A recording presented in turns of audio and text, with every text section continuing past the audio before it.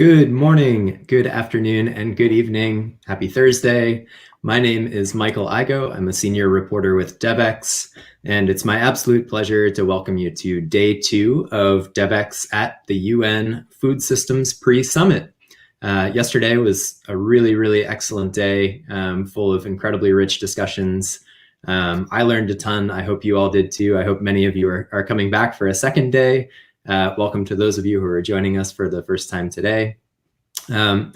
I am really here to introduce my colleague, Theresa Welsh, to set the stage for her. Theresa is one of the big forces behind this event, and also really our editorial expert on the topic of food systems at Devex, a topic that she covers in great depth across the range of agencies and organizations that are working on this challenge. So Theresa, great to see you again. Thanks, Michael. Thanks for joining us again today.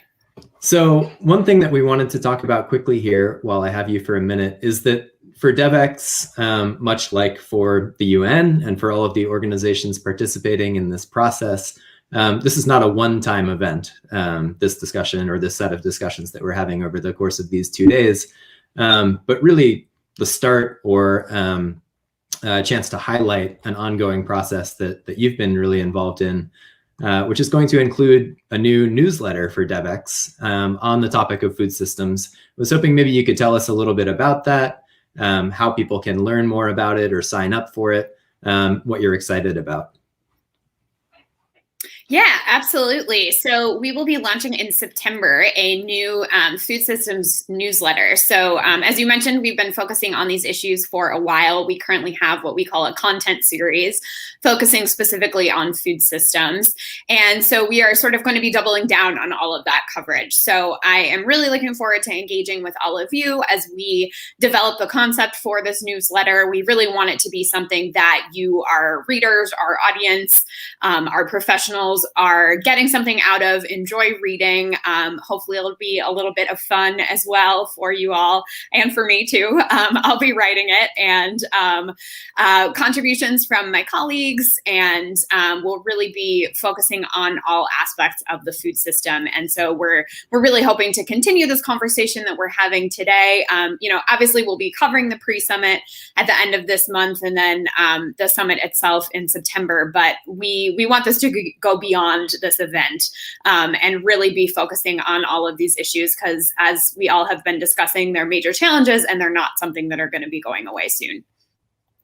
And you said that, we'll be covering the full breadth of the sort of food systems ecosystem, but I think we also would love or welcome some feedback on the particular topics that interest people. And in that spirit, I think we have a poll right now that will be available to some of you depending on how you're logged into this event.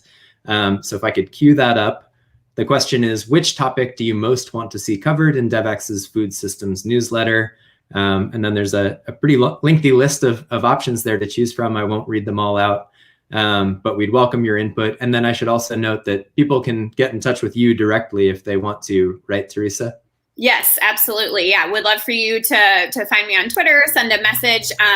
Like I said, we really want this to reflect the needs and desires of the community that we are writing for.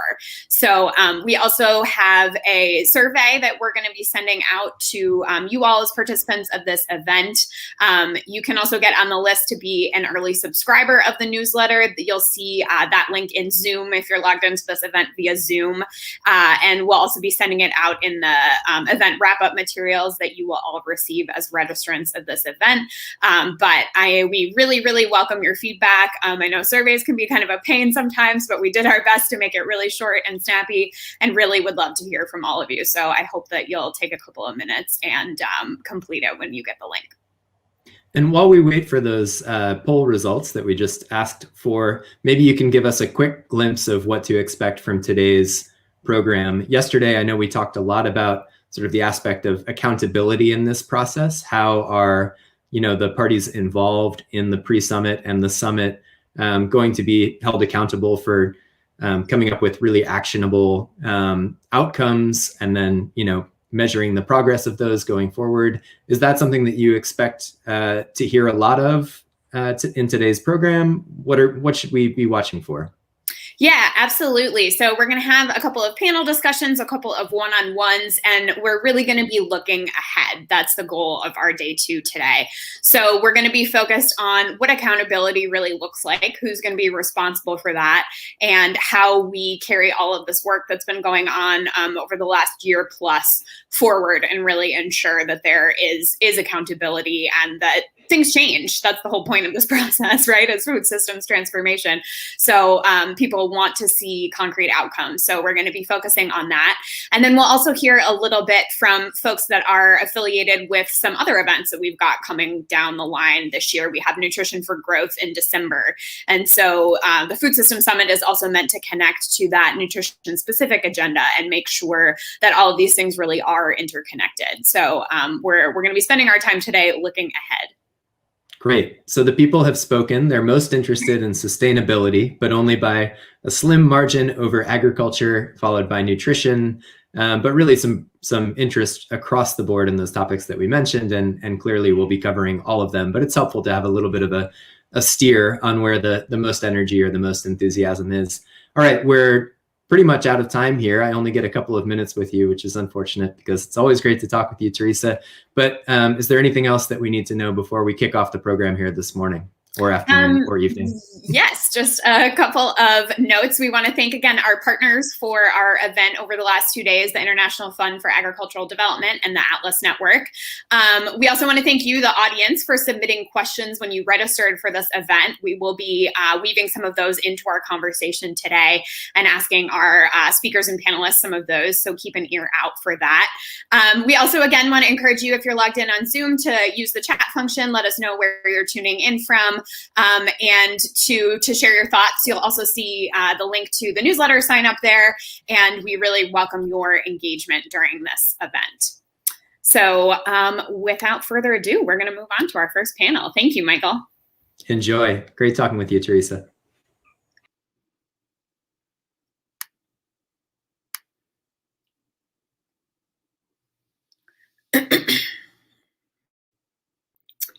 So now we are here for our first panel discussion of the day, and we, like I mentioned, are going to be focused on accountability. So I would love to welcome to the virtual stage with me Mira Shekhar, who's the nutrition lead at the World Bank, Chris Hegedorn, who's the secretary of the UN Committee on World Food Security, and Dr. Jess Fonzo, who is with Johns Hopkins University, wears many hats there, including Director of the Global Food Ethics and Policy Program. Welcome to all of you. Thanks for joining us. It's great to be here. Thanks, Theresa. Appreciate that. Wonderful. Good to see all of you. So we are going to dive right in because we've got a lot to cover in just the 25 minutes that I have with you all. And like I said, we're going to be talking about accountability and looking forward. And I think this is a really vital piece of the summit process to ensure that all of this work is not for naught and that we do actually see some concrete outcomes. So to start, I'd love to hear from you all about how you're thinking about your particular institutions playing a role in this.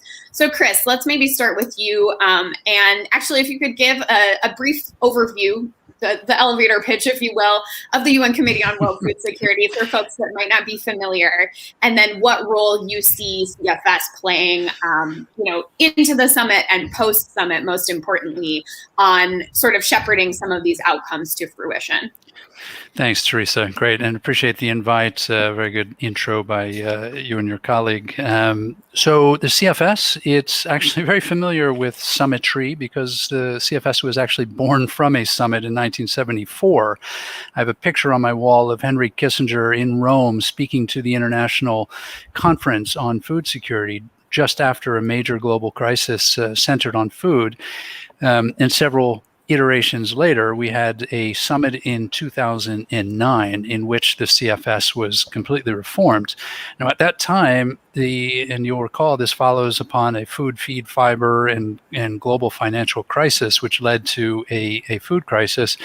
There were really calls for doing things differently, that it's not just governments, it's not just UN agencies that are going to solve the problems, that everybody collectively really needed to look at the fundamental policies that the core, at the basis of the food system, and see what needed to be different, see how perspectives of governments, UN, civil society, private sector, financial institutions like the World Bank, researchers like Jess, the Special Rapporteur on the Right to Food, and others could lend themselves at the same table to making very different choices and decisions around policies, everything from the water use to social safety net programs to climate change. And so the CFS was reborn in 2009. We created a high-level panel of experts at the time. In fact, as a U.S. diplomat at the time, I negotiated the TORs, the terms of reference, to set that committee up. And in fact, Jess served on that committee as the project team leader for report number 12 on food systems and nutrition. We've been working on this topic since 2015, 2016. So food system transformation is anything but new to the CFS. It is the UN's platform for SDG 2, policy convergence. And this is where we hope the CFS is actually strengthened as a result of the summit preparations, but we'll get to that in a moment. Excellent. Thank you, Chris. And Mira, how about your view from the World Bank? What role do you envision that institution and perhaps other multilateral development banks playing in carrying this agenda forward? Okay, great.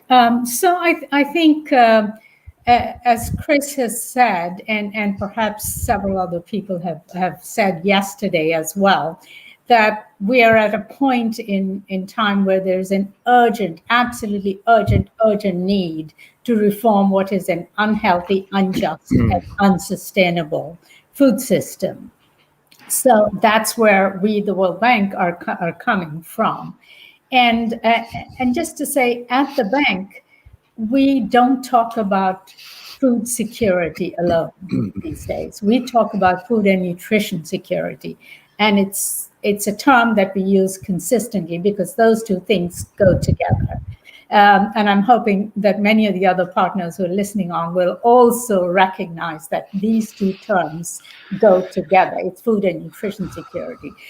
So recognizing that, we have a whole of World Bank approach to addressing this issue, engaging certainly the agriculture sector, but also the climate team, the health team, the nutrition team across the World Bank.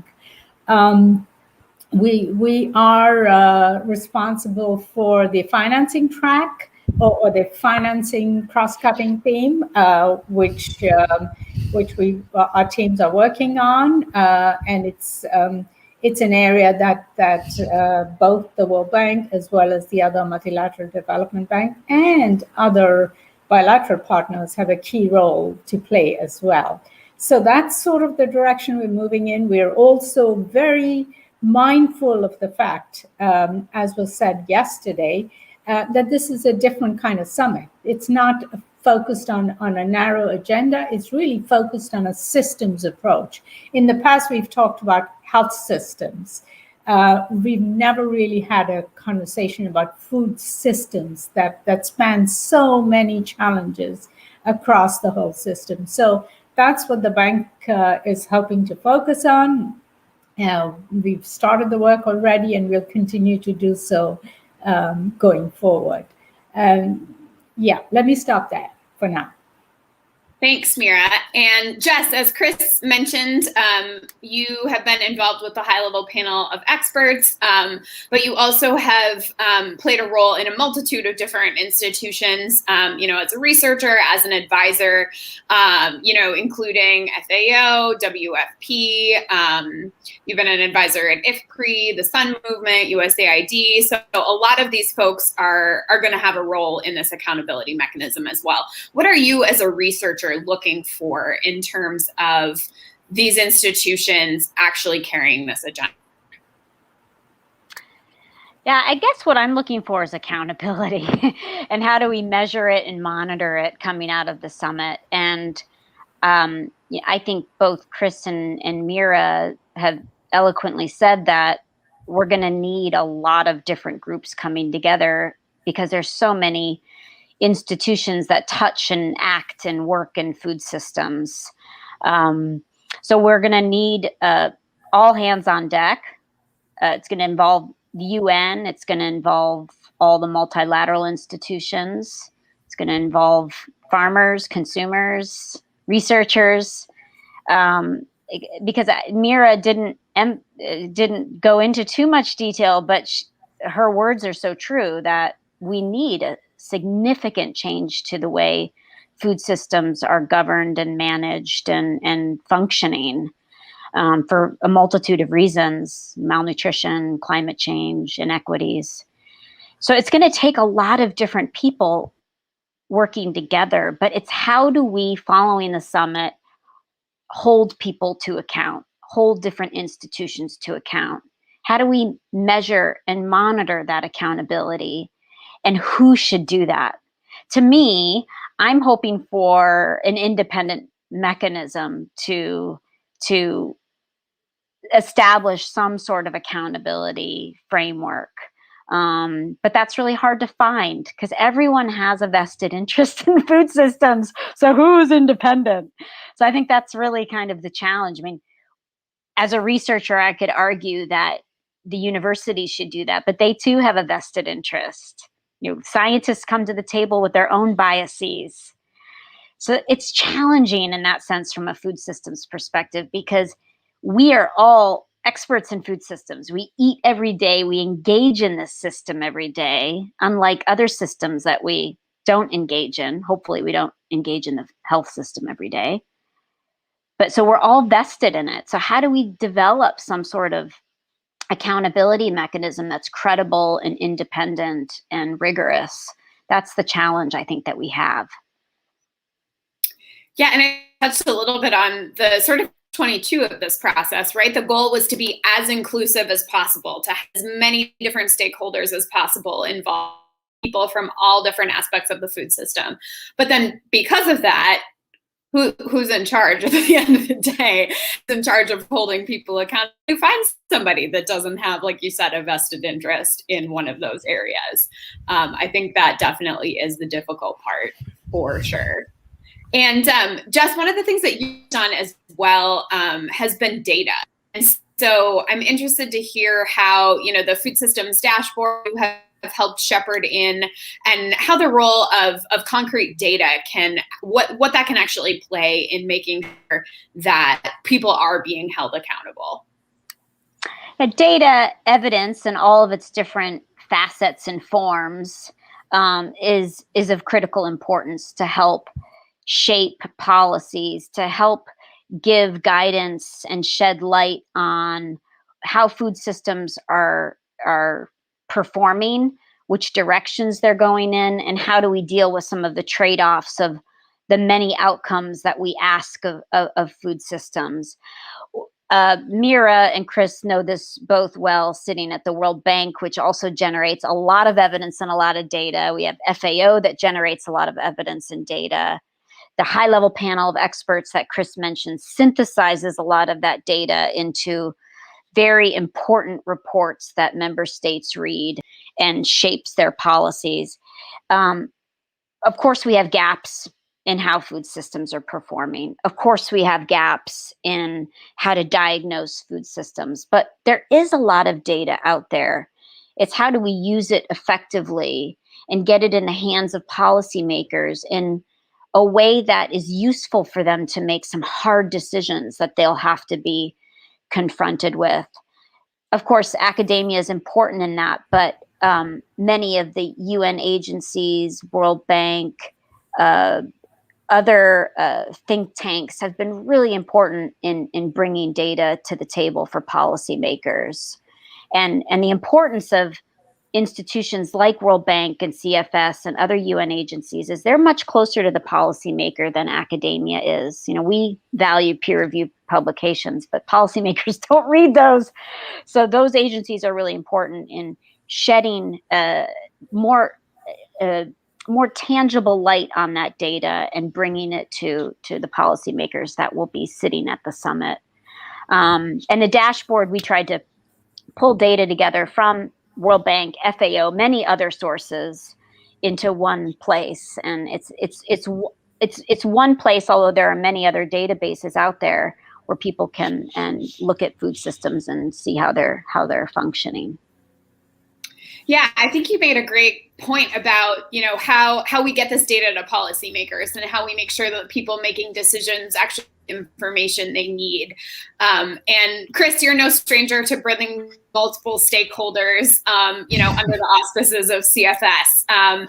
So you do have a little bit of experience, sort of shepherding cats, if you will, of all these different people that might have a little bit of a disparate agenda, but ultimately the goal ought to be the same. So at CFS, you've got all of these policymakers. You do have country governments, you have representatives from governments, you have a private sector mechanism. So you've got business interests that obviously are very vested. And then you also have the civil society mechanism. So civil society groups that often find their agenda not in line with maybe some of those other makers or folks that are at your table. So tell us a little bit about how you have navigated that process in the past, sort of being a convener of, folks that might not have the same agenda, and how you envision that playing out over this summit process, and, taking and synthesizing some of these summit outcomes when you've got a lot of people that might not have the same priorities. Absolutely. Yeah, Theresa, it's exactly the right question, because we're all struggling with this. Mira at the World Bank, Jess at an academic institution, right? We all have our own personal hats. We all have institutional responsibilities, usually to governing bodies of some sort or another.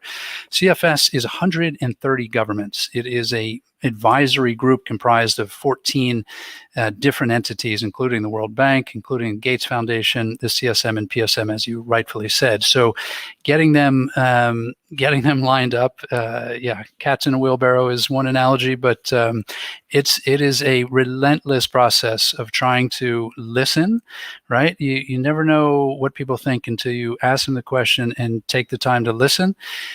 So we have many open events. We have open-ended working groups that are open to the public.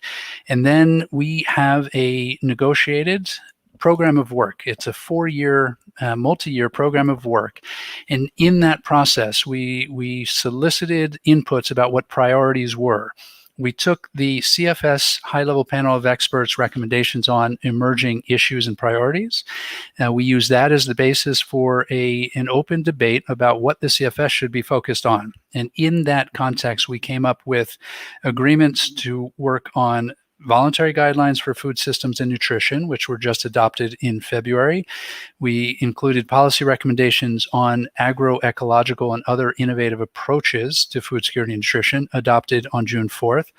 And now we're working on voluntary guidelines for women's and girls' empowerment and gender equality, data systems, which I'll mention in a moment, youth, and inequalities. So these are all at the absolute heart of what is now being discussed in action tracks and solution clusters.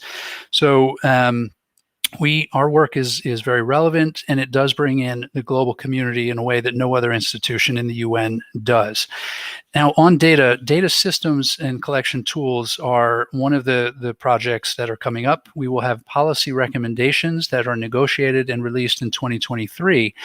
We just picked a project team similar to the one Jess led on food systems and nutrition to lead on data systems. We had a public event on the 5th of July, and we've identified just what a massive project really this issue is, what a major gap. Most governments are not collecting the data that is relevant to effective policymaking. Even if they do collect data, it's not necessarily translated into effective policy making. So there are a number of organizations from whom we are asking advice and their expertise to participate in this process. And we certainly welcome Jess and the others working on the dashboard and different data collection tools. The World Bank is one example that it collects a ton of data. We want them to bring their advice to the table in this process.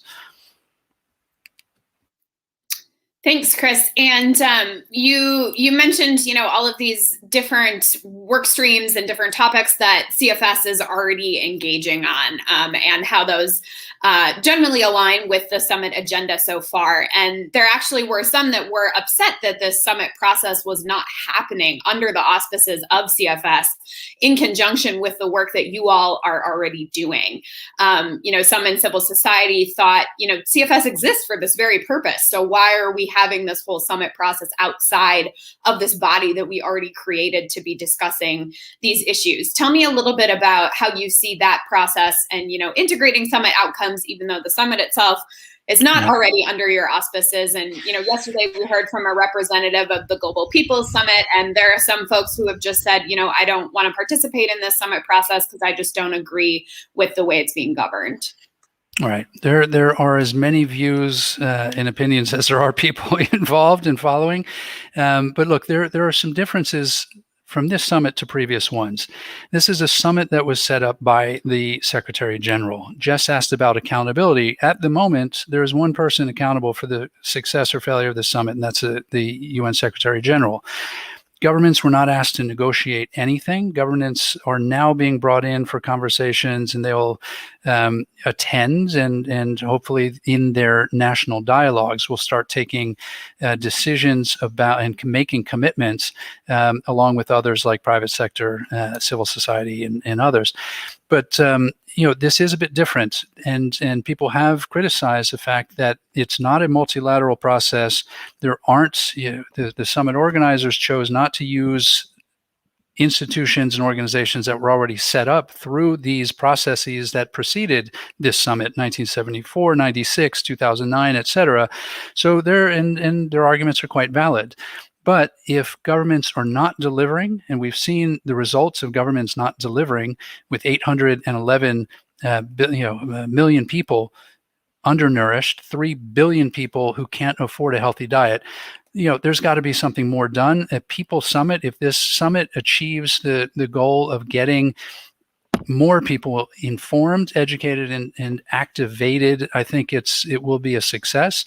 But again, we have to tie the energy and all of these parts that are out there. You talked about cats in a wheelbarrow.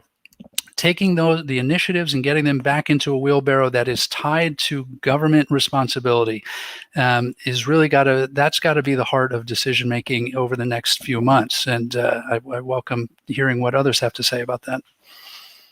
Yeah, Mira, I'd love to hear from you. We've chatted a little bit about this accountability piece, and I know it's something you're really thinking about as well.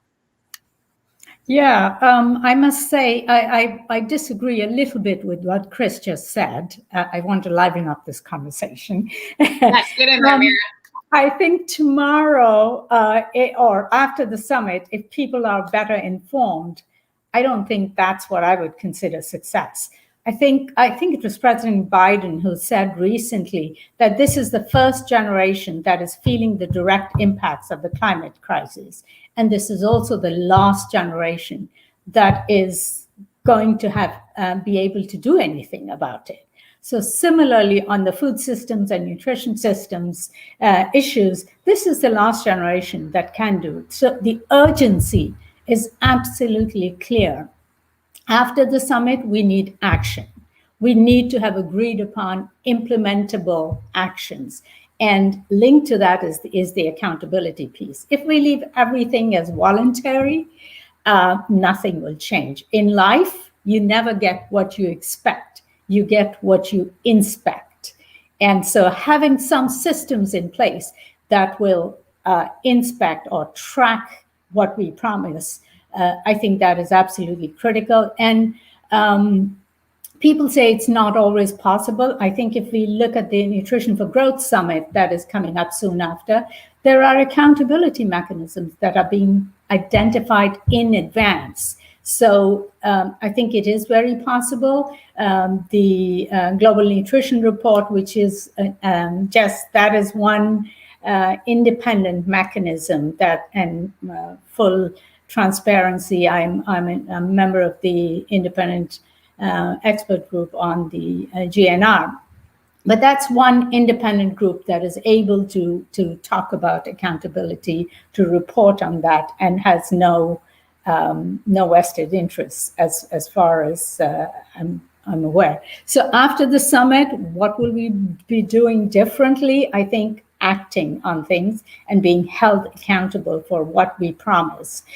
Otherwise, if nothing will change, it will be a great kumbaya moment, or lots of great kumbaya moments, but really nothing's going to change. And I think particularly on the private sector side, we've heard promises from the private sector for a long, long time, but we haven't seen change. In fact, we're seeing things go in the opposite direction. So having some sort of an accountability mechanism in place, with learning from, say, the N4G summit is certainly absolutely critical. And then in terms of measuring success, having looked at everything that's been put in the public domain at the moment, I think it's great that so many conversations have been had, but perhaps we need to think about how much person time, person years, person months, person hours have been spent in coming up with these potential actions. And yet, if you look at them, many of them are rather vague. They are not what we would call smart commitments. I think the average person wants to know, will policies change after this summit? Will there be more resources available to address these issues? And how will we measure whether we are there? If we don't have a clear goalpost, if we don't have, as you said earlier, clear governance, we'll never know whether we are there or not. So let me stop there. Hey, Mira, I don't see where we disagree. In fact, I think we agree on a lot. But let me ask you, because you just mentioned that you guys are managing the finance lever, right? And I asked a question in that event just preceding this one. Why isn't the World Bank implementing the CFS RIE principles? You and I are working behind the scenes to discuss how to push out the VGFSN, but how accountable is the World Bank, and even in as an advisor of CFS? How can what's going to be different with this summit? Well, first and foremost, I didn't attend that previous session, so apologies. I'm not quite sure the context in which that question was asked. We can talk about it offline. But how is the World Bank accountable? I think we're accountable in terms of what we deliver to our clients, and in bridging, as Jess was saying earlier, the policy, what I call the know-do gap, what we know and what we do, helping to bridge that gap between knowledge and policies at the country level. That's where our accountability lies. That's where our responsibility lies. And then financing those actions over time. That's, again, where our accountability lies. Does that help? Mira, we have just a couple more moments, but I do want to ask one more question about the resources and the financing that you mentioned. How can the World Bank use its position to leverage increased financing from country governments, from the private sector, from other entities? Obviously you're putting significant resources bank towards all of these issues, but how can you be working to leverage more resources from other entities on food systems transformation? So we're trying to do multiple things. One, as you know, we are in the process of replenishment for IDA 20.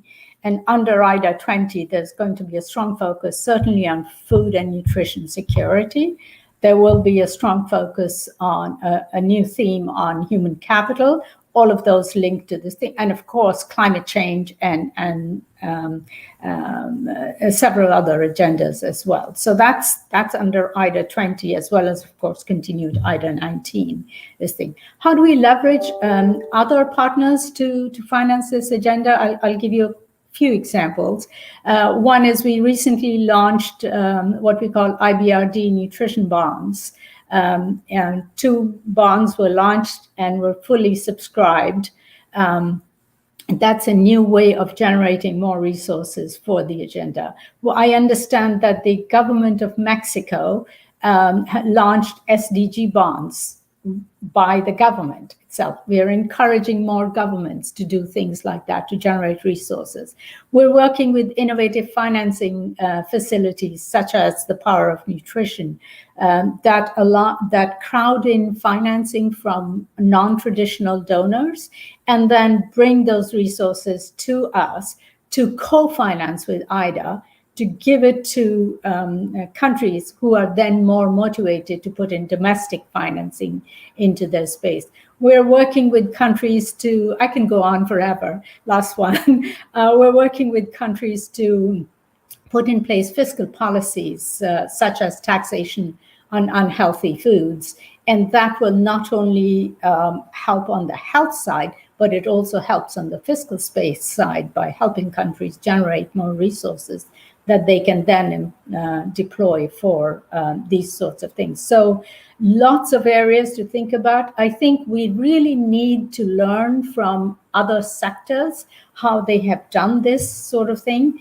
I'm also the author of the GNR finance section report, and the finance chapter for the GNR report. And we will talk about many of these potential areas in that. There's not enough time to talk about it now. Unfortunately, you're correct. We are out of time. I want to thank all of you for being with us today. Just incredibly rich conversation and really loved hearing from all of you. I think this conversation did an excellent job at really laying out why this is such a complex issue that we're dealing with, why this accountability piece really is going to be difficult. But you're all thinking about it. Folks in similar roles are all thinking about it. And obviously, we'll all be continuing these conversations over the next year and beyond to really dig in on these issues. So I want to thank all three of you for being with us today. Thank you so much. Thank you. Thank you. Thanks, Theresa. Good luck with your newsletter. Hope to read it soon. Thank you. It'll be in your inbox. Okay. And it'll be a newsletter on food and nutrition security. Yes, we won't forget that. All right. Bye all. Thank you. Bye-bye.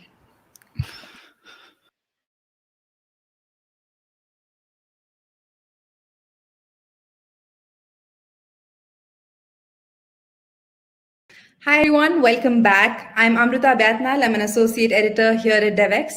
And today I'm really excited to speak to both Matt Warner, who's the president of Atlas Network, and Philippa Amanta, the head of research at the Center of Indonesian Policy Studies, on a very exciting topic of breaking down barriers, facilitating trade in Indonesia's food sector. Now, one thing we know is that the food sector is full of challenges, and one of them is a policy challenge, but the other is also a communications challenge. And that is something that I'm really interested in speaking to Philippa and Matt today. So Philippa, if we could just get right in, we're hearing about your project, we're hearing about your research project.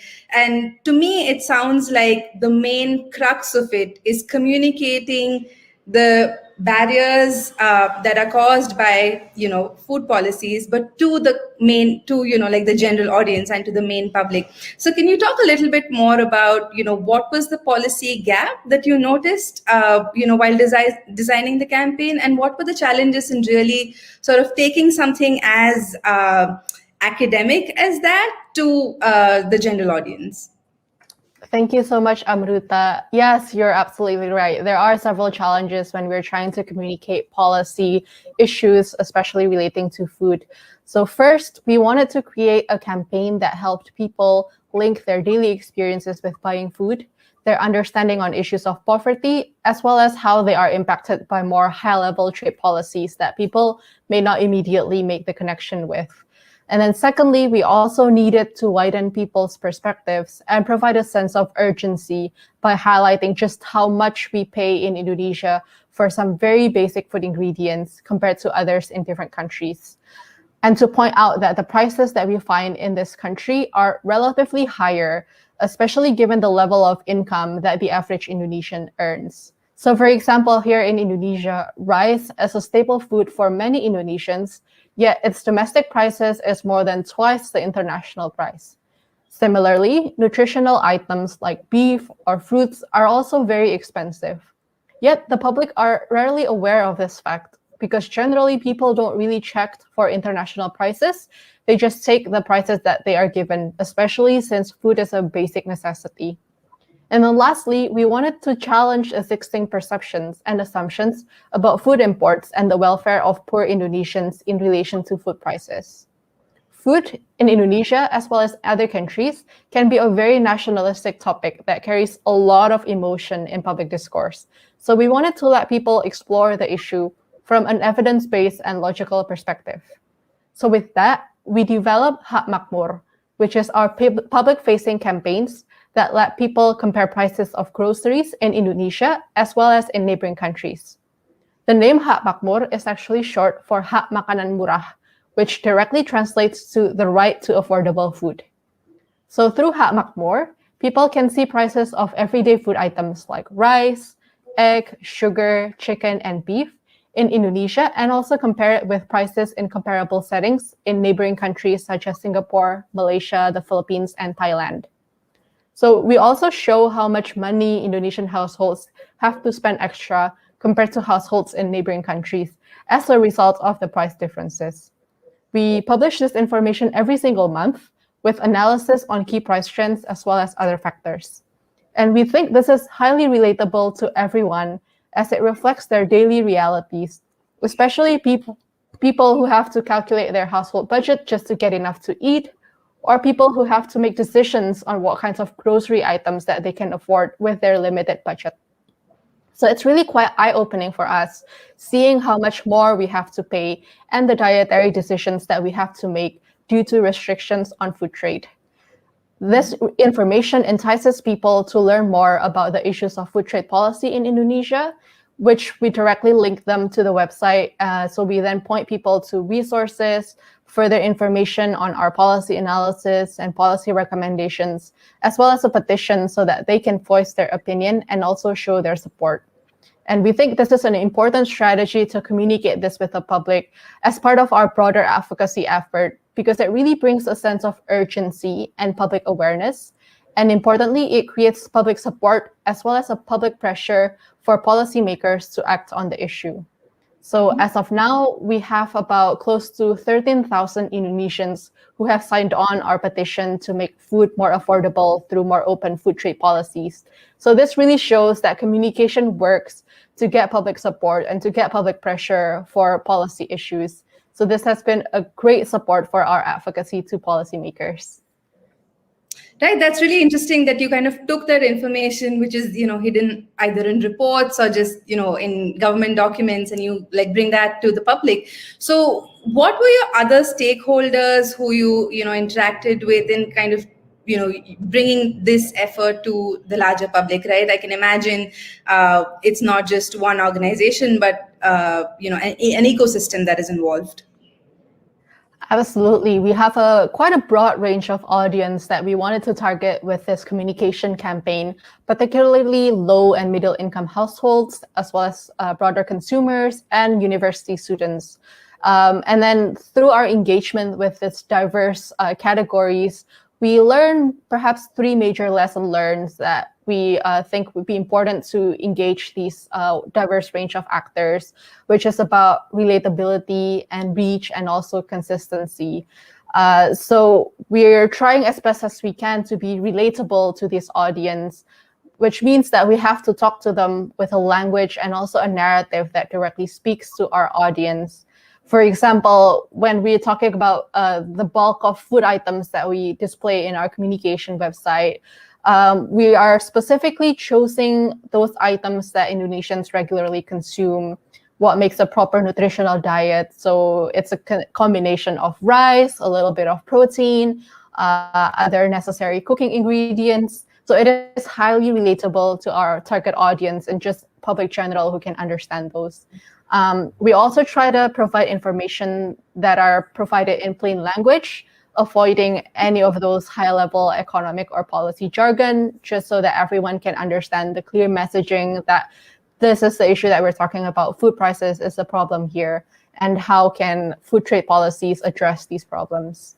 And then secondly, we also wanted to reach a wider range of audience, as I said, like university students, So we also collaborated with people that our target audience are following. For example, when we're trying to reach students and younger consumers, we partnered with social media influencers to create entertaining educational contents. We created several videos with a popular Indonesian YouTuber to share our campaign messages, and it helped us reach hundreds of thousands of views and also increase the number of supporters to our petition. We also created a short movie with another movie production company called Cameo Project, and the short movie is titled Bakul Kosong, which literally translates to an empty bowl, about rice supply chain in Indonesia and the urgency of rice policies. So it was launched online, and we even held screenings in several universities, partnering with associations or university students. So that was really an effective way to widen our reach. And last but not least, we also think that consistency is also crucial. So consistency of content as well as of messaging. We've been developing this campaign since 2017 and publishing the food index every single month since then, producing regularly digital content with the same messaging on how food prices are expensive and the kinds of policy interventions that are necessary. So being very consistent and persistent with the key messaging, I think, is also key to engaging a diverse section of audience. Right, that's really interesting. And for me, I think the key part also is to take that messaging and to sort of tailor it to different kinds of audience, right? Matt, coming to you next. As a network, how do you see this effort being situated in other countries, within other countries, and the effort that maybe has been going around in other parts of the world? And how do you think networks such as yours can really leverage an initiative like this? Well, thank you very much for the opportunity to talk, and thank you, Philippa, for the opportunity for Atlas Network to partner with your organization.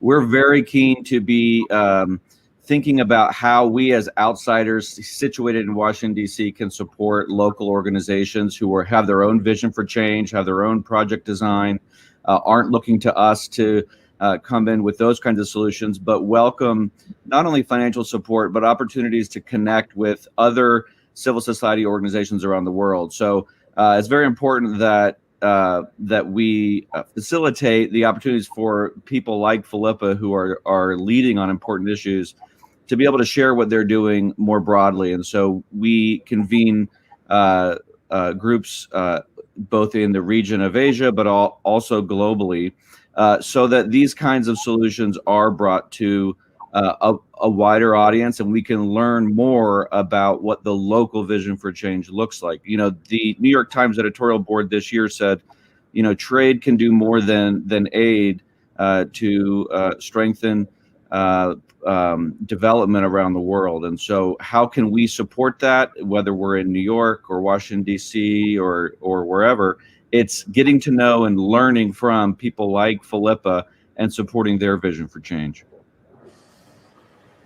Right. Thank you so much, Matt. And thank you so much, Philippa. At Devex, I can assure you that we'll keep tracking efforts such as yours, and it's something that we'd love to bring to our audience. Thanks again, and thanks for your support today. Thank you.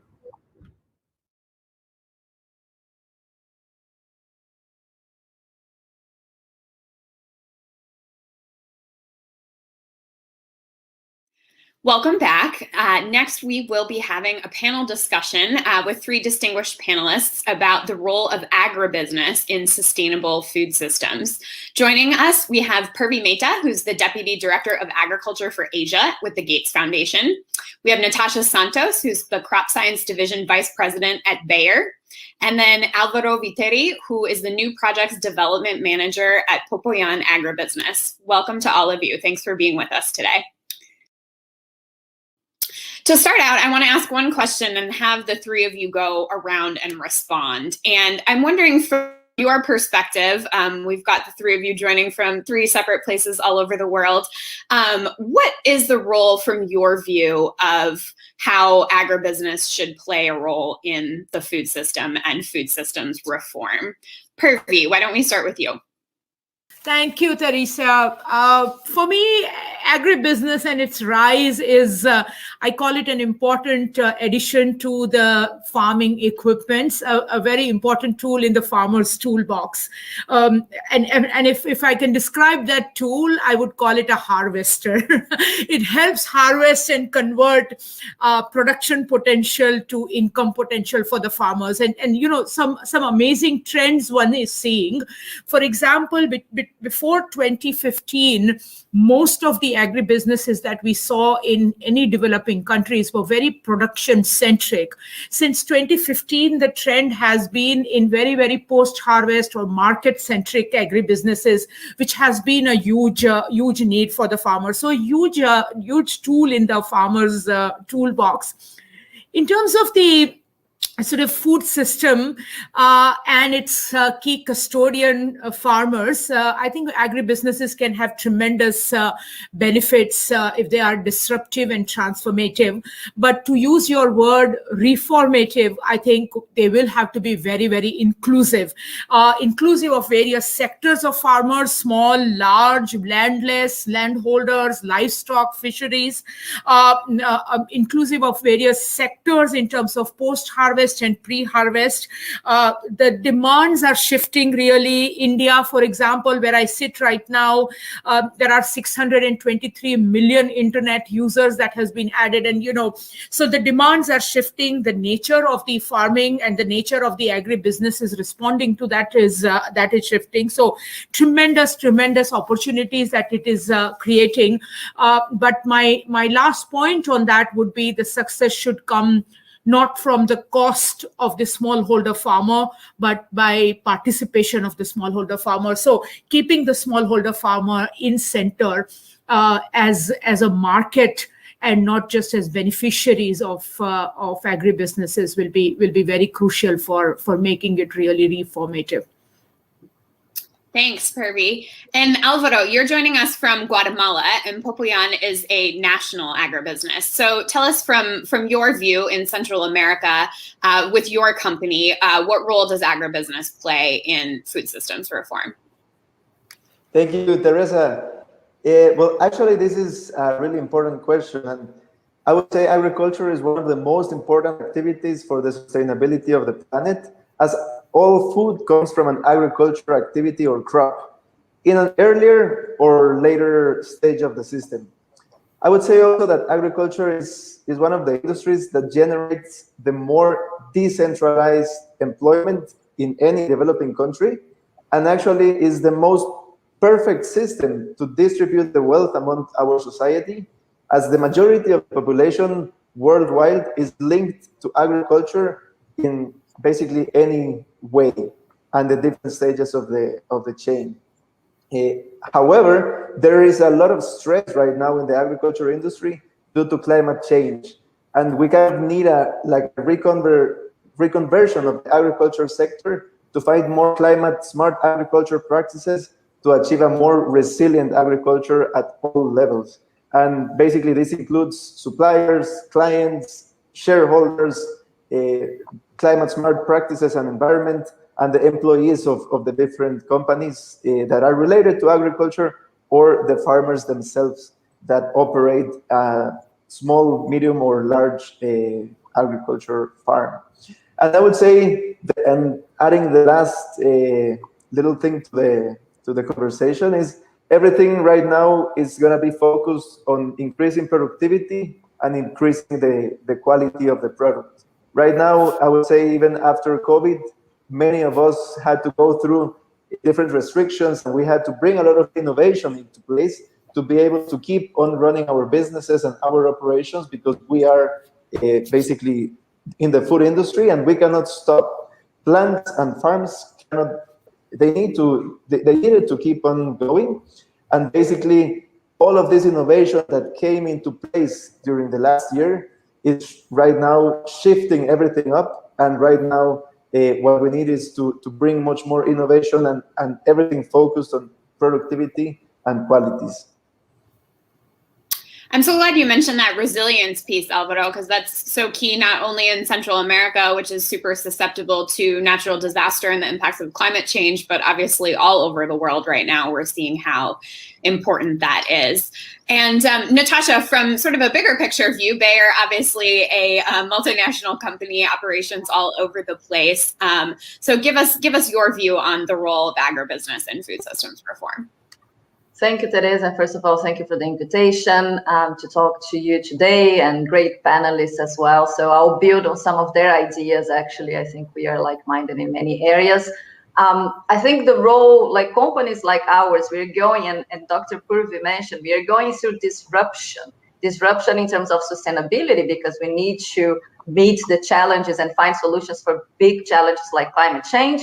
And we're going through disruption as well, because we're accelerating digital platforms, and that brings us opportunity. When you think about smallholders, for example, that Dr. Purvi mentioned as well, solutions tailored to those smallholders that you need access to technology, need access to knowledge, need access to finance, and they need that tailored to their solution. And then when you think about smallholders, and you have the opportunity to work with digital platforms, that not only brings the potential of innovation, as well that tailored solution that is so necessary for particularly smallholders, but all farmers around the world. So if I would say from our point of view, we are integrating sustainability into business, and many other players we see in the private sector as well, integrating. It has to be integrated in the business model to make sense and to be sustainable from the three aspects and the three pillars of sustainability. So what I think actually that the momentum of Food Systems Summit is bringing to us, and if you can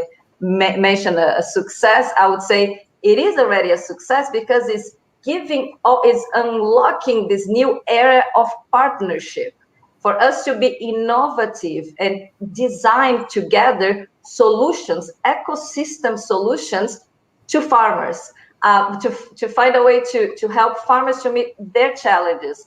And the UN food system dialogues and discussions, we see so many coalitions being put together, is accelerating that, and is giving more willingness and more momentum for companies like us, large, but as well small and medium enterprise, to come together and think about co-creating solutions to food system, because not one company or not one organization can have the solution for all the challenges and for the critical challenge that we need to meet if we want to accelerate the SDGs and the goals. So that's the momentum that this year is bringing to us, and that's the opportunity. I'll just, for example, mention in Bayer, this year we have launched 3 partnerships, one in the Americas, Living Soils for the Americas, with Dr. Lau, with many other partners from the value chain. We launched a coalition together with other partners on EU, how decarbonization of the European food system, with 14 different players. We launched as well Digital Hub in Southeast Asia with a partner, Rabobank, very recent, thinking about how we design and tailor solutions for smallholders in that region. So I think that's the momentum that we have, and that's how agribusiness can contribute to food system transformation and better livelihoods and sustainability in agriculture. And all of you mentioned sustainability, which I think when we're thinking about agriculture, in today's day and age really does need to be at the center. Alvaro, I had the chance back in May to visit Guatemala and see some of your operations and the way that Popoyan is working with farmers in Guatemala, with smallholders, and encouraging some of these sustainable practices. Tell us a little bit about how Popoyan thinks about this and why sustainability is really at the center of everything you're doing in Guatemala. Thank you, Teresa. Well, actually, yes, we have been working with smallholder farmers for the last 40 years, and we have agricultural technologies that we basically share with the farmers so that they can adopt them, always with a focus of increasing productivity and improving the quality of the product. And what we also do with that is, once they have more incomes, we help them to improve their living conditions, always with a focus of improving chronic malnutrition. So at the end, how we see like our business is a shared value business model, where it needs to be profitable for everyone in the chain, for us as suppliers of different technologies, but also for the farmer when he gets a technology that we developed that it will add value for him. So everything that we do is also market driven. So at the end, we go and find the more innovative or new crops that can add more value than the traditional crops that they have. And then we try to share with them the market, the technologies, and the production protocols so that they can have a much more innovative agriculture. We're also implementing, as Natasha was saying, technology is really important right now, and it's the way for smallholders to adopt new technologies through technology. And that's the way as well how we can engage the youth for like becoming farmers again. You know, some of the farmers do not necessarily want to keep on the agriculture business that their families did because it's the traditional way. But with innovation and with new technologies, we really engage them, and it's part of their family businesses also, because smallholder farmers, they have their families working in the plot. So you see the father, you see the kids once they are like older, how they all like work together to go forward, you know, and be more prosperous. Everybody wants to be living better, you know. So at the end, what we really try to do is help them, but not only as assistants. You know, it needs to be a business for it to be sustainable, and it needs to really make sense for the farmers to what they do. You know, if they really are aware that what they are doing, their economic activity, will improve their living conditions in the future, then they will be engaged and they will actually be empowered of the different solutions that we share with them. And Purvi, several of the topics that Alvaro just are things you and I have discussed in the past as well. Give us a bit of the view from Asia. Obviously, you're based in India, but responsible for Asia as a whole, of this view of sustainability and sort of how you see that being incorporated into agriculture in the region, and particularly with a view on, you know, youth and women and making sure that they're included in all of these conversations as well. Yeah, thanks. I think I will build on the comments by the two speakers. It's interesting, Theresa. I think probably since you and I spoke, which is not long ago, our own understanding as of the interdependence between food systems and climate has really evolved significantly. And we have all these robust data now, right? 1 degree rise in temperature, reduces rice production by 3%, wheat production by 6%, maize production in most African countries by 7%, and so forth. So we have all these data. And so sustainability to me has a much broader meaning when we look at developing country systems. For example, the Asian systems that you spoke about. It goes beyond just ecological sustainability, and it goes into the economic sustainability as well, right? Direct impact. We have been measuring production, we have been measuring productivity, but the direct impact of that is on farmers' income. And interestingly and ironically, smaller the farmer, their dependence on climate and the weather-related risk, they're dependent on natural resources, is much higher, right? So smaller the farmer, their vulnerability towards these things is much higher, and therefore sustainability kicks in. And to the point that you raised about women, for example, I would categorize most of the women farmers across the world, not just in Asia, as smallholder farmers. Most of them, right? And predominantly all of them. Predominantly, this is also a group of farmers, a very, very important 43% of agriculture work, for example, in the region that I come from, is done by women, right? So, but most of them, about close to 87-88% of them are landless, who don't own lands, for example. So the vulnerability increases further. Livestock sector, for example, that we always link with sustainability, 73% of the livestock work actually in South Asia, for example, is done by women. So vulnerability and sustainability is the need to talk about that is even harder there. So I want to sort of link between ecological vulnerability and sustainability, economic sustainability, and a strong element of market there. Market provides the huge buffer for this kind of, higher the income, higher their buffer value, their ability to manage these risks are much higher. And therefore, I think all of these are really very, very linked. And generally, as a world, our understanding of sustainability issue from a production side are actually evolving quite well, but we still have not really figured out how to link a lot of these other issues which are very, very directly affecting the farmers. And there's where, again, to the larger topic of this panel, agribusinesses that can play a very important role in, say, for example, market stability, market access to smallholder farmer. Those play a very important role.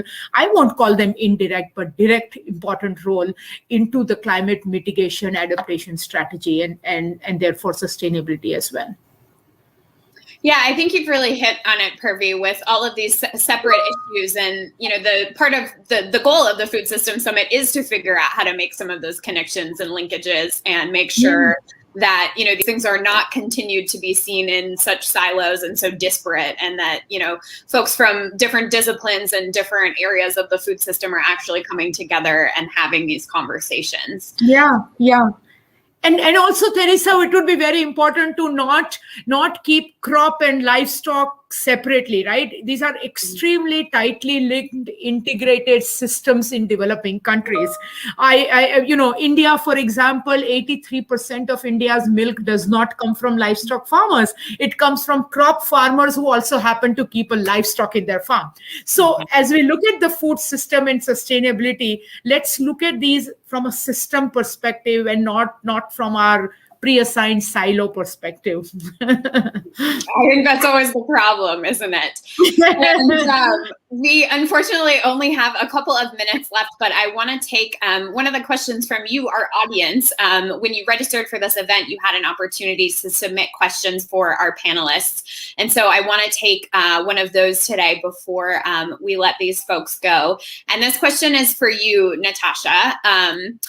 From one of our readers, wondering how we can guarantee that the needs of small, rural, poor farmers are heard and addressed in this Food System Summit. And they're expressing some concerns about roles of big business. So from your view, from a, again, larger agribusiness company, how are you thinking about how your company is going to really center smallholder farmers in, not only the summit process, but the rest of food systems reform as this is carried forward? Yeah, no, thank you for the question. Thank you, Theresa, and who submitted the question.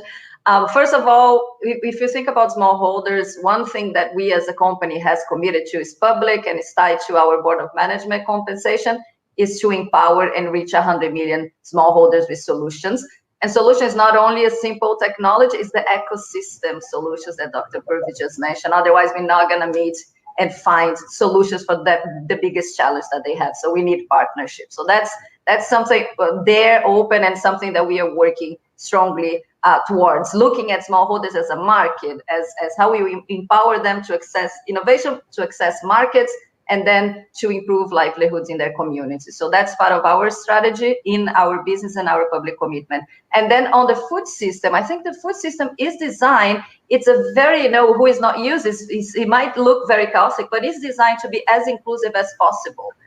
Nobody is, even the private sector thinks I could be more engaged and I could have more opportunities, but it's really looking across the board and it's really a co-creation. So I think it's designed from a social media, from a meetings perspective, to be as inclusive as possible. So all I would like to recommend that organizations and individuals engage as much as they can.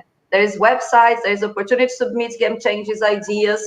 So just send it. I think one third of the game changing ideas came from civil society, for example. Who knows? And then we meet ideas, and then we find opportunities to further expand partnerships, right? So that's the beauty of the food system from my point of view. Thank you so much, Natasha. And unfortunately, that brings us to the end of this panel discussion. But Natasha, Purvi, Alvaro, thank you so much for being with us today and for sharing your perspectives from around the world. I really appreciate your time. Thanks for joining us. Thank you, Theresa. Thank you very much. Thank you, Theresa.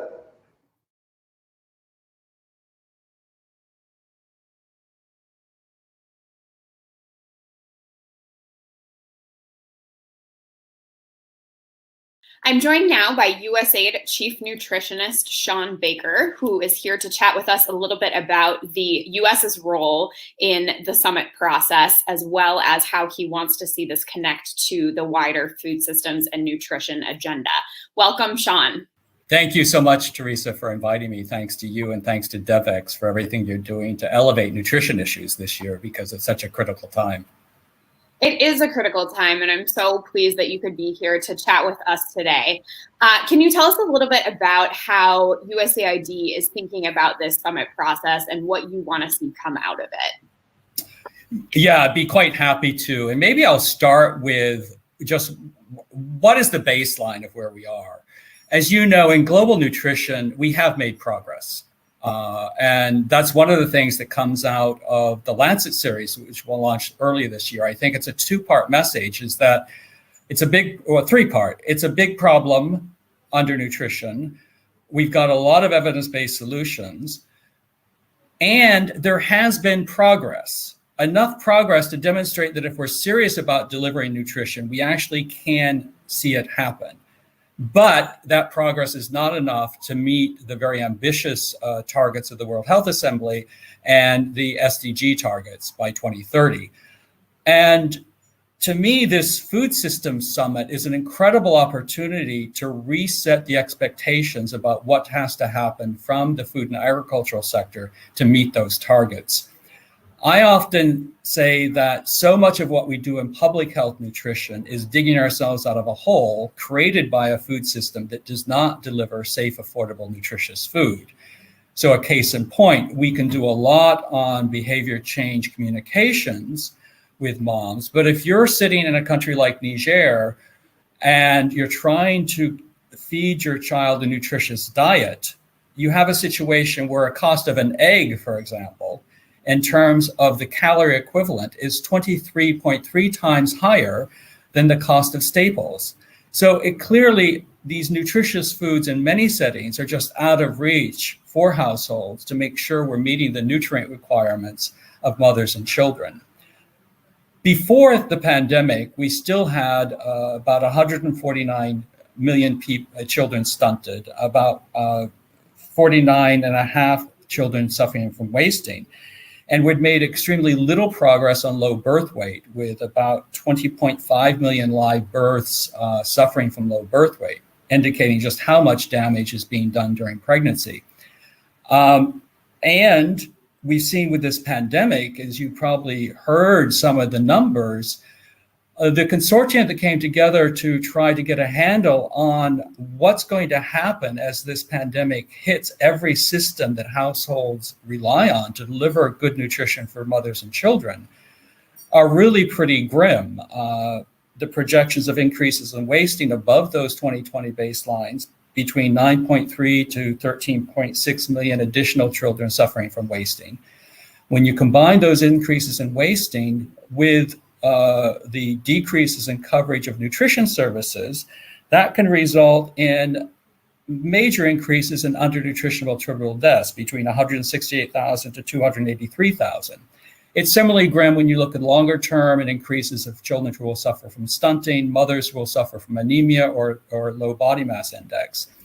So in a way, the fact that we have this food system summit and then later in the year, the Nutrition for Growth Summit is incredibly opportune of how do we learn from our progress to date, learn from what's happened during the pandemic to really strengthen our food systems, our health systems, and our social protection systems, and our humanitarian response to re-energize the nutrition agenda and reach those bold targets.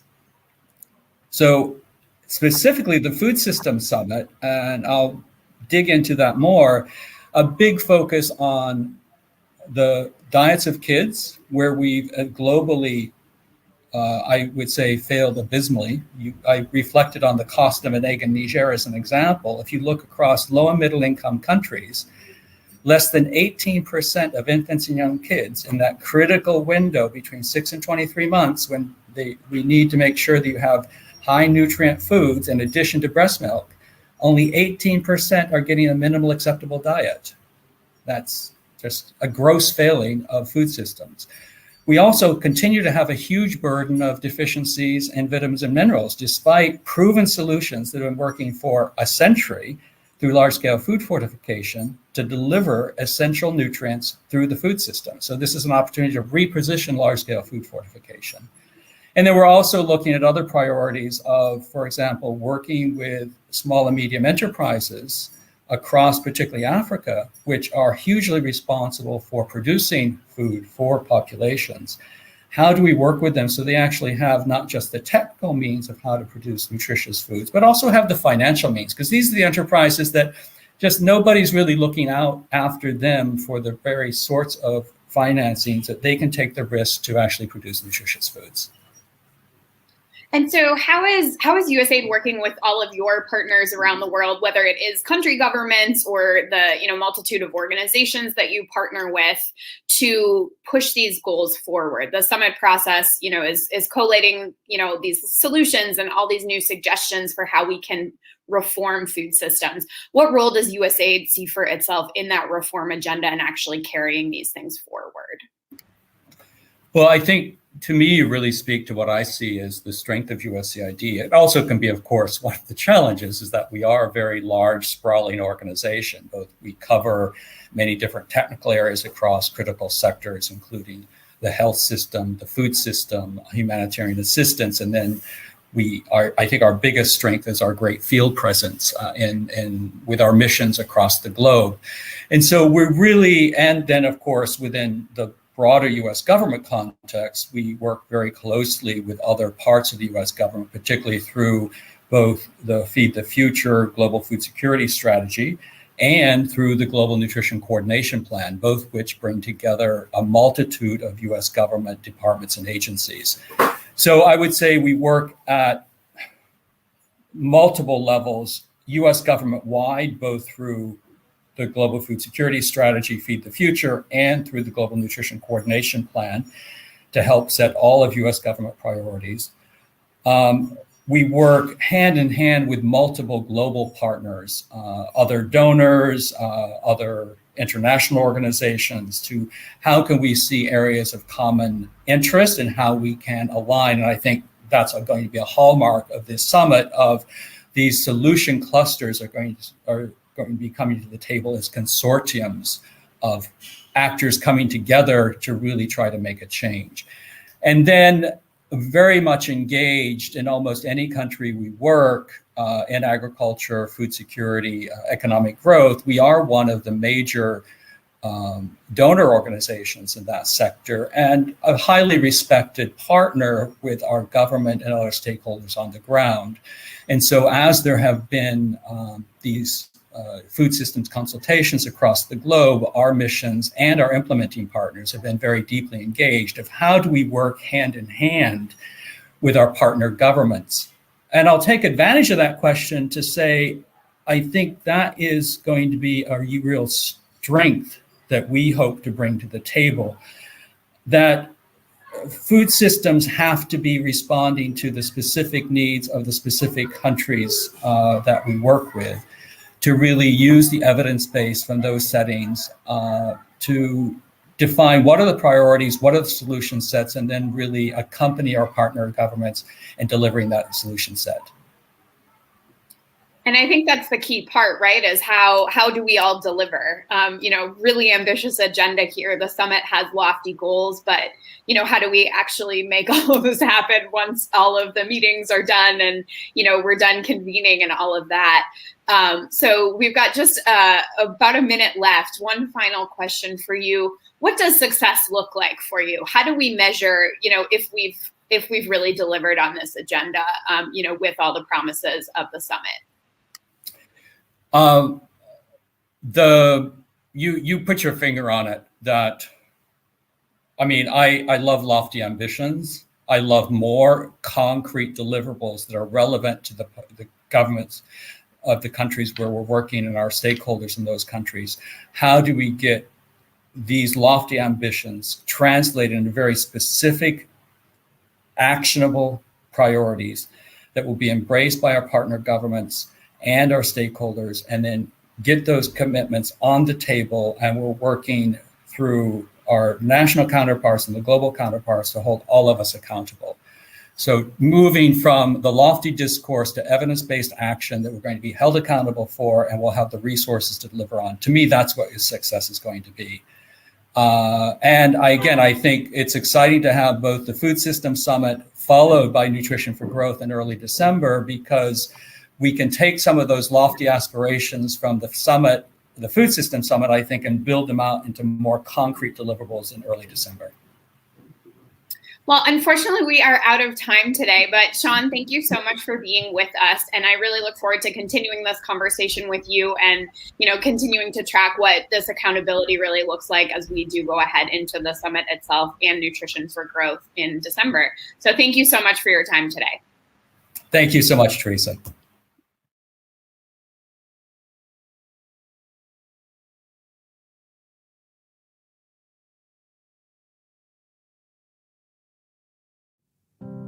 Chefs play a major role because people trust us when it comes to food.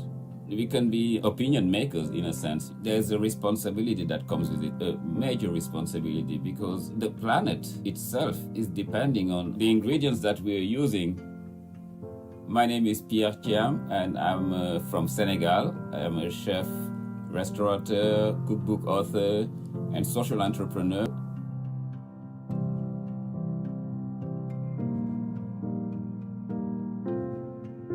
New York City was actually already called the food capital of the world, but I was really surprised that the food that I grew up eating was missing here, and I thought this is an opportunity to introduce it.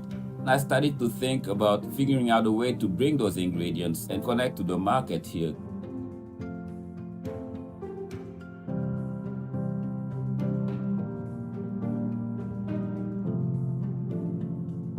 One of those ingredients is fonio. It's an ancient grain that's very resilient, it's drought resistant. As a chef, I love fonio because it's very versatile. It cooks really fast, it's delicious. But no one had heard of fonio outside of the regions where it's being grown. So as a chef, I saw this as a great opportunity. If I could find ways to turn it into a global crop, that could change the dynamic, because the regions where this is grown, the farmers, they are the poorest in Africa.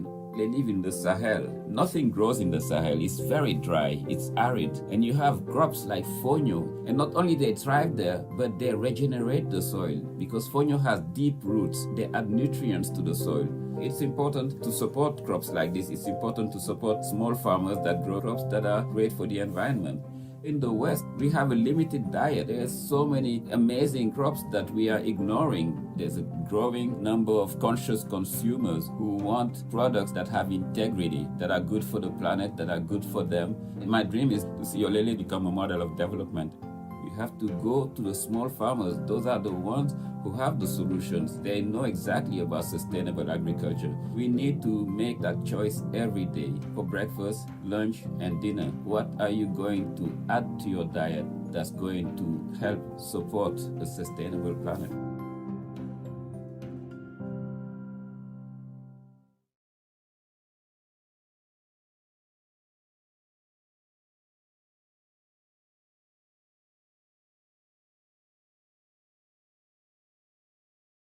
Now, I'm so pleased to be joined by Gerda Verberg, who is the coordinator of the Sun Movement.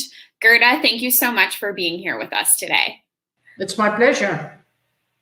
I really love talking with you because you're so passionate about what you do, and you are so great at bringing people together on this agenda.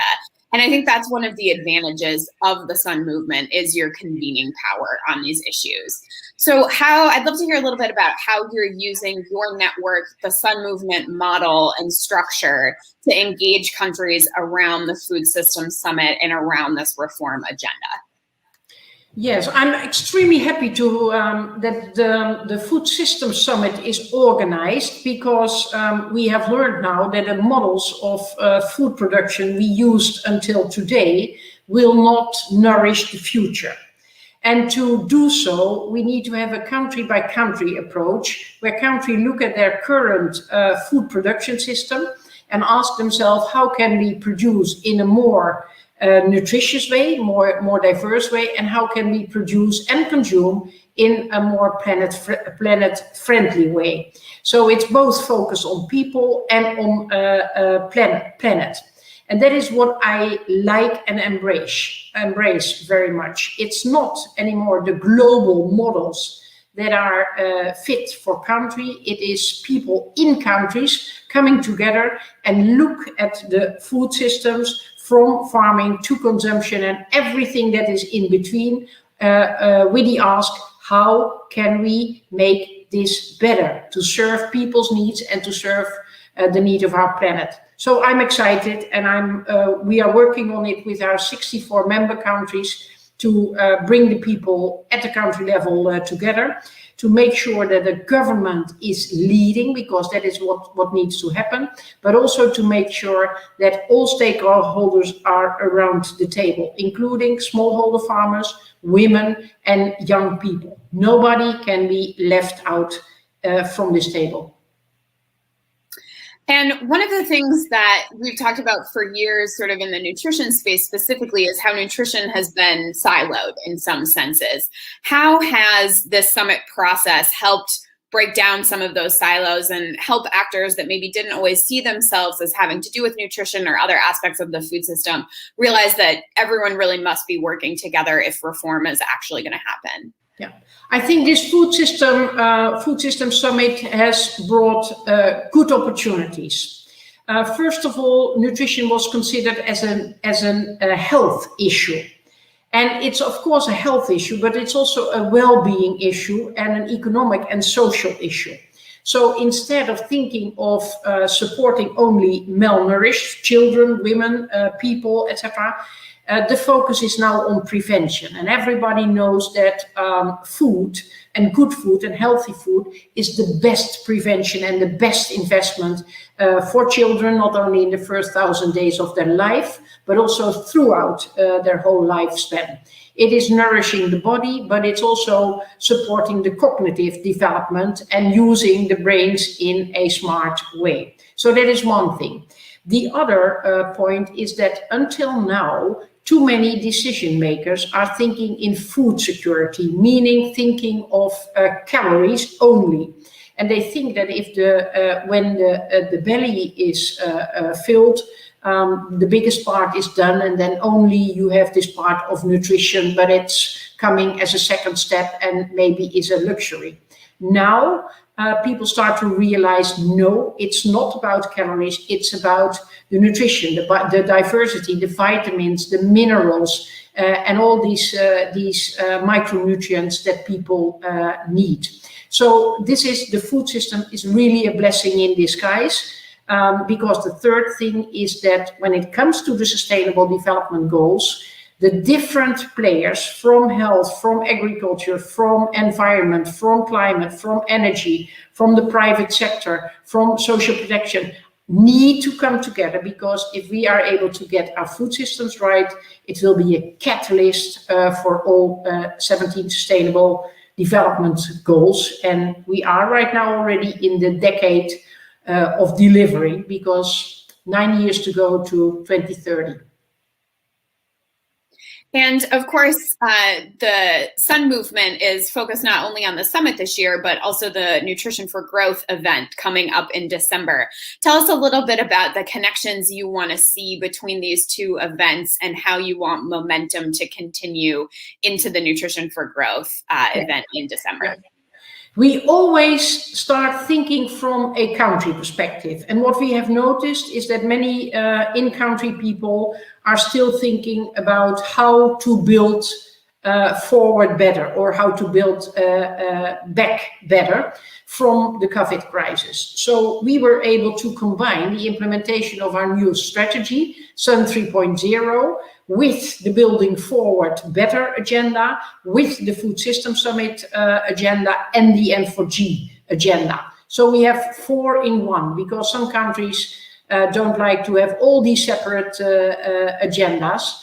And overarching, we call it the Year of Action on Nutrition.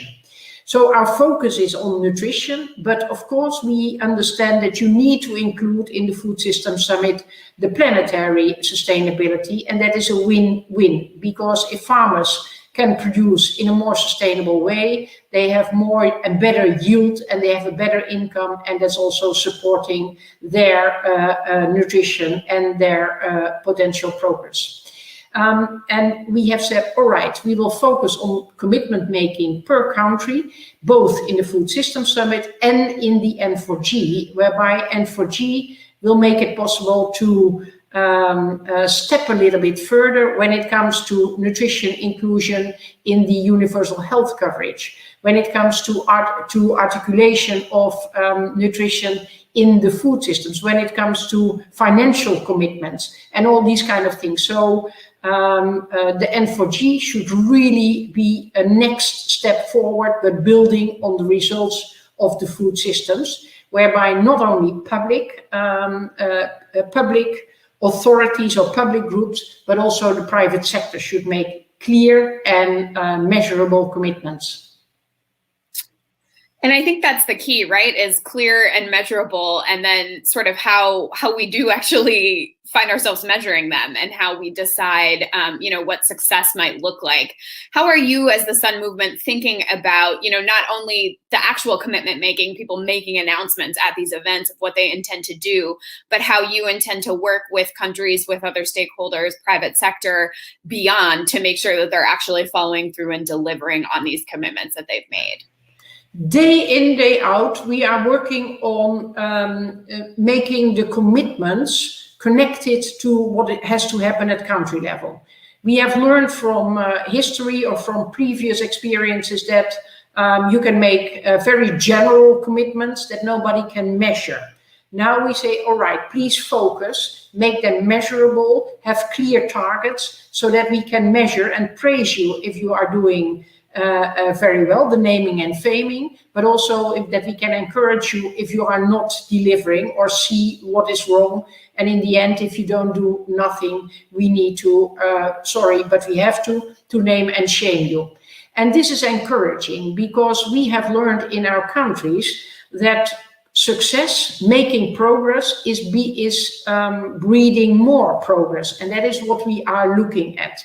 So right now, we are active at the global level, but working closely with countries to get nutrition well positioned in, but also the gender and youth issues, sometimes underestimated in the whole food systems and nutrition dialogue, but also to bring global commitments to countries. What does it mean at a country level? How can governments step up and trust these commitments? How can they work and make use of the solutions that are developed there? So every solution should be applicable at the country level, and every technical and innovative solution should be applicable at the very remote area, by farmers, by communities, but also by women, because we see when it comes to technology and to other access, women are left further behind.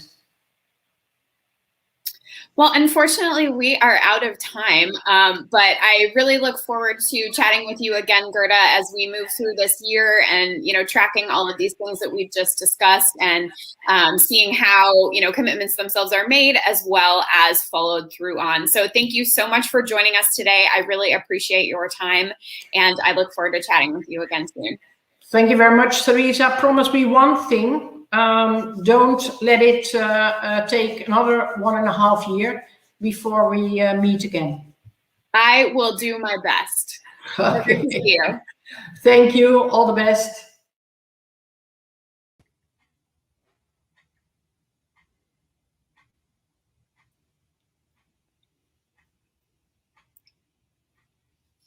Hello again. This is Michael Igo with Devex, jumping on here to join Theresa just at the end of this fantastic event. I hope you all have enjoyed it as much as I have.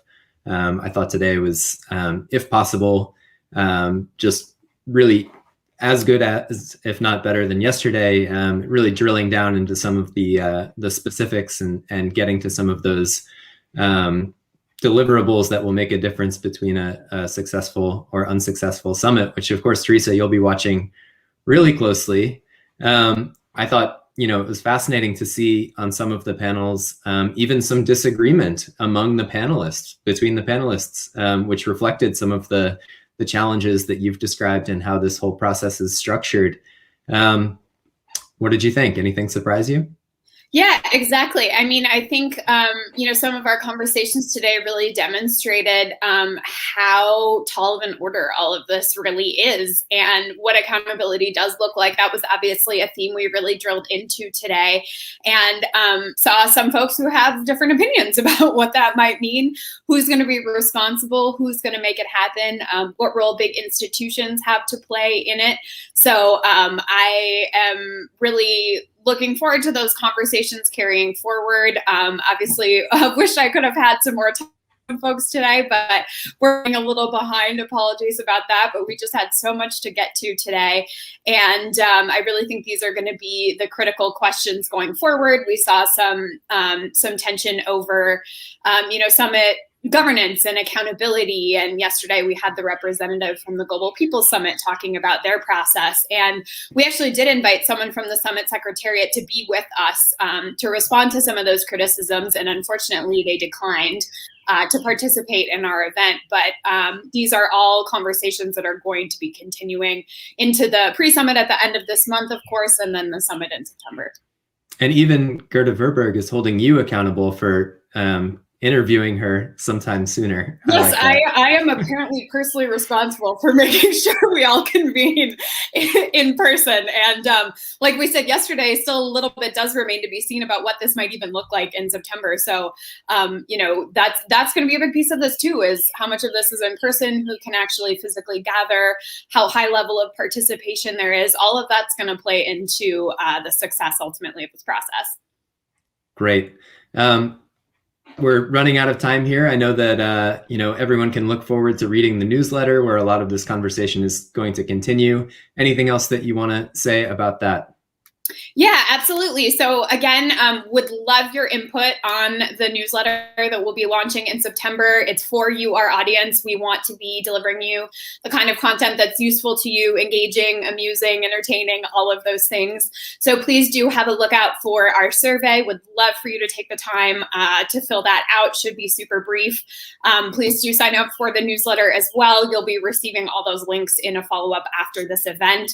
I'd like to thank once again our partners today, IFAD and the Atlas Network, and I would love to thank all of my colleagues at Devex who have helped make this event happen. Tons of folks that you haven't seen here today working behind the scenes to make this a success, and I want to say a huge thank you to all of them.